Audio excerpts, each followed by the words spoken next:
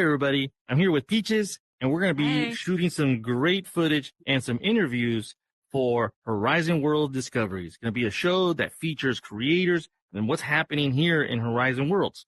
And so today, we have a really great opportunity to talk to who? Mr. 5andw1ch himself, the creator of all the Action Land games.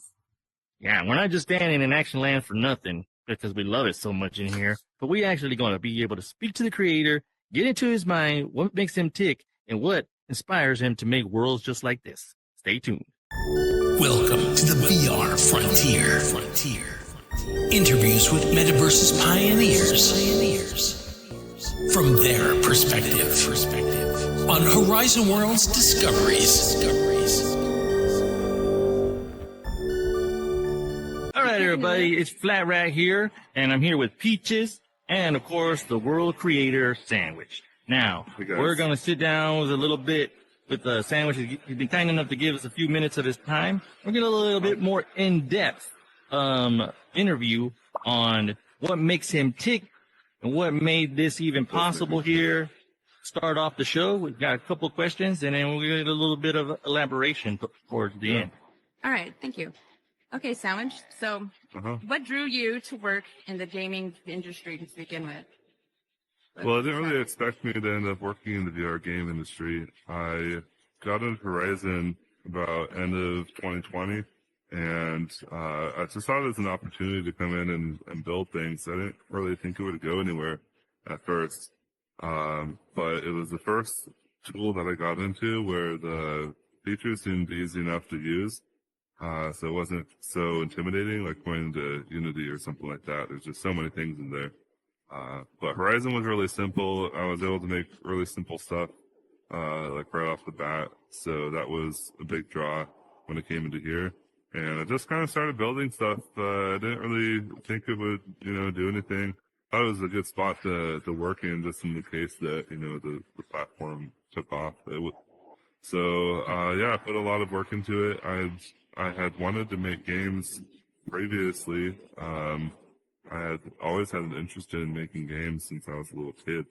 I started making board games when I was like 6 years old for fun. I learned programming when I was about 12 years old. I actually got interested in video game design playing Club Penguin. I was in there and I had a bunch of ideas for stuff that they could put in the game. So I was like writing down my ideas and stuff. So that got me interested in learning programming. I took some classes for game design and development. Went to college for computer science. And so, I had spent quite a lot of time as a child learning development and programming and design just for fun. And so when I came in here, it was like, a lot of this stuff is familiar to me. I can use a lot of the knowledge that I've learned in the past. So your first game was what? It was Sports Ball. That was the first game I released in here. Yeah. Okay, what upcoming trends in VR gaming are you most excited about right now? The trend that I'm seeing that a lot of games are going for currently that are popular on the platform are more the role-playing type games.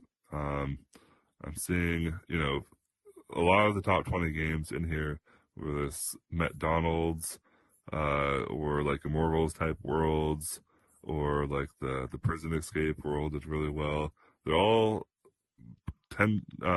trending towards more role-playing type games. And I'm noticing that the big developers aren't really noticing that or taking into that.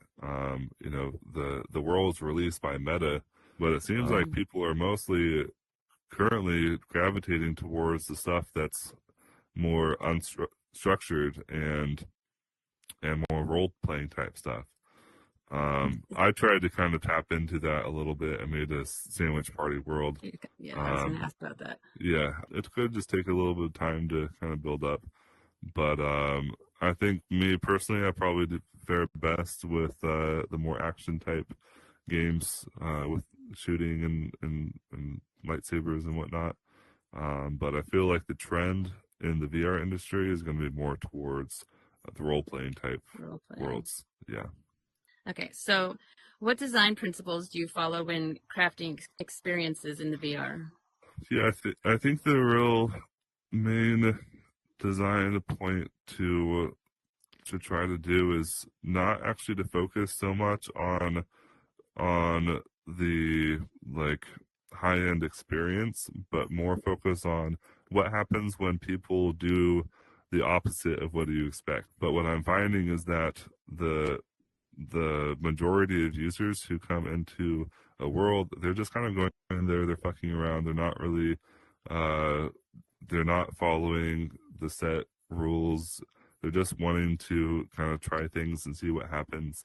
And so you end up not getting the interactions that you expected. And so what I like to think about is what happens when people just do anything. So that's a big principle that I've been following. How good is the experience in the worst case scenario, rather than how good is the experience in the best possible interaction. But a lot of people have mentioned that in Action Island Land Pirates Farm is one of the things that this place has, and I think maybe this is a secret sauce, is the social aspect of it. Now, did that part kind of come to a surprise to you? It did, because you don't really see that in other games so much. Like, you know, I played a lot of Call of Duty, I played a lot of Halo. There was socialization when you did like those LAN parties with your friends. Everybody's talking smack to each other. But for the most part, with the multiplayer games, you don't really see that a whole lot. It's, you know, you then maybe somebody got a headset and they're trash talking, but you know, it's not really like conversations that happen within games so much. And so what I found here, it actually, when I released Action Island, I actually didn't have the global chat on by default. But I was in some other worlds. I was actually in Ubi's shoot, I forgot the name of it. It's his frisbee toss game grid. I think it was. Yeah. I was in Ubi's game grid, and I noticed that the people that weren't playing were just in a huddle together talking to each other. And I felt like Action Island wasn't really tapping into that sort of social interaction with each other. And so I decided to make it so that the voice chat was on global, so you could just hear everybody. And that turned out to be to have done way more for the game than I ever expected it to. I think that's really the most important element of that game that I never expected, was just the ability for people to talk to each other. And so when people think of like a social world, they usually think of things like, you know, a bar or a party hangout type world where, you know, that's the main objective to the world, is they hang out and socialize. But what I'm finding is that a lot of people don't want to just stand there in circles talking to each other. They want to be able to run around and interact with things and explore while talking to each other. And so the shooting element of the Action Island game is actually really more of a fidget spinner for people as they're socializing, to kind of take the ease off of the pressure of and I think the intuitiveness of it really adds to that, because you're just literally just walking around, just kind of like just doing all this stuff. And I've been in groups where you're like, hey man, let's go to Murder Mansion. Going to Murder Mansion is a little different experience. And after a few games, you always have that person, whatever game you're in, other than Action Island, say, hey guys, let's go back to Action Island. It's always and I think it's because they want to calm down. They just kind of want to get into that zone and just kind of talk, and you know, like you're washing dishes or something, and just talking to someone. Totally. That's a big part of the intuition behind games, is just making things flow naturally. Is that you're not having to put a lot of mental effort into what you're doing, and you can socialize and talk to people. Okay. Can you share a time when you had to adapt your vision based on feedback from your team? Actually, yeah. with Saber, Shifty Viper actually gave me an idea for that game, which was to have the floor kind of fall out. I think the issue at the time was that with the first map that I made was that you ended up getting in a tie too often, and because there was a set space that you played in, and the space was large enough to accommodate for 8 people, but it stayed that size, and so when you had 2 or 3 people left in the match, they would end up having a bit too much space to run around, and you'd end up not you'd end up in the tie too often. And so what those falling rocks do is they shrink the space as the game goes on, and so eventually you end up with just one rock, and it plays there for like 15 seconds to give people some chance to get each other, and that allowed for less ties, but also the map that came out of the idea of the rocks falling allowed me to have like this cool volcano type setting, and I think that setting played off a lot better for people. So that suggestion did the game's wonders, and really took off. For Action Island, there's been a lot of little details that I've learned over time. For example, you used to have to reload the guns every time you ran out of ammo. You had to press the button, and then I put in that auto reload, and people, I realized a lot of people didn't really want to have to think about the reload afterwards, and so having that auto reload was a convenience for a lot of people. The game. What's the wildest suggestion someone made? You're like, yeah, that's not gonna happen. There's been a lot. I mean, like double barrel RPGs and a fully automatic crossbow. yeah, exactly. I don't know, like nuclear bomb detonator, but taking feedback is actually a really kind of a difficult thing to do as a developer, because I know all the ins and outs of my game, and people suggest certain things that I already know that that doesn't work, or I tried it before and people didn't like it, or whatnot. And so it's been kind of a learning curve for me as a developer to know how to respond to people when they suggest kind of Are you currently working on anything new right now?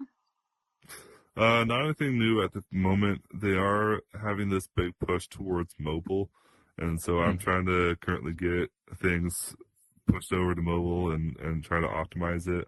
I have been working on getting Saber optimized for mobile. I actually released an update which makes it playable, but it's not really like easy to play. You have a huge disadvantage when you're playing on mobile in Saber. Right. And so I need to figure out how to make that a bit more balanced between the two, between mobile and headset. This board here is made up of a ton of text, and it's kind of overly complicated the way I have it set up with the visibility per player and whatnot. I could do a lot more with this scoreboard in here with the UI, where I could have it so that it like breaks down your change in rating to where it like shows you how many points you got from each person and how many lost from each person on all time. And I could have like different tabs that you could click on, so I could like sort out the scores with the ratings and the stats. Yeah, that's something that I'm gonna end up doing. All right, everybody. As you see, we got a chance to really kind of dive into Sandwich's mind and see what makes him tick, and the motivation, and what makes him, create these worlds that are so fantastic. So stick around for some more programs, because we're going to be talking to other creators, other people in this world. We want to thank Sandwich for his time he's given us. Thanks so much for thank you. Peaches Thank you for having me. carrying on the interviews and asking some wonderful questions. So we hope you enjoy this. And if you have any questions for Sandwich, put them in here in the comment. We'll make sure he gets them. Hey, thanks for watching. Make sure to like, subscribe, and support. Share everything you can. Sandwich, he has the meats. All right, come on, we got 9 minutes left. Just rolling and don't leave your gun. I'm gonna put my gun down. There we go. Everybody get together. Like, everybody get close. I'm closer. Everybody have. Come on, this is your first rodeo. Come on. Yeah, no, it is. So you ready? Okay. Let's go. Okay. I was gonna say, hi everybody, this is Put your gun down here and stab somebody with it. Flat Yeah, I'm here with Peaches. I'm gonna rob these guys. Okay, so you want to start it? All right, All right, just, go for it. I'll do it. Let me go grab an assault rifle so I feel safe.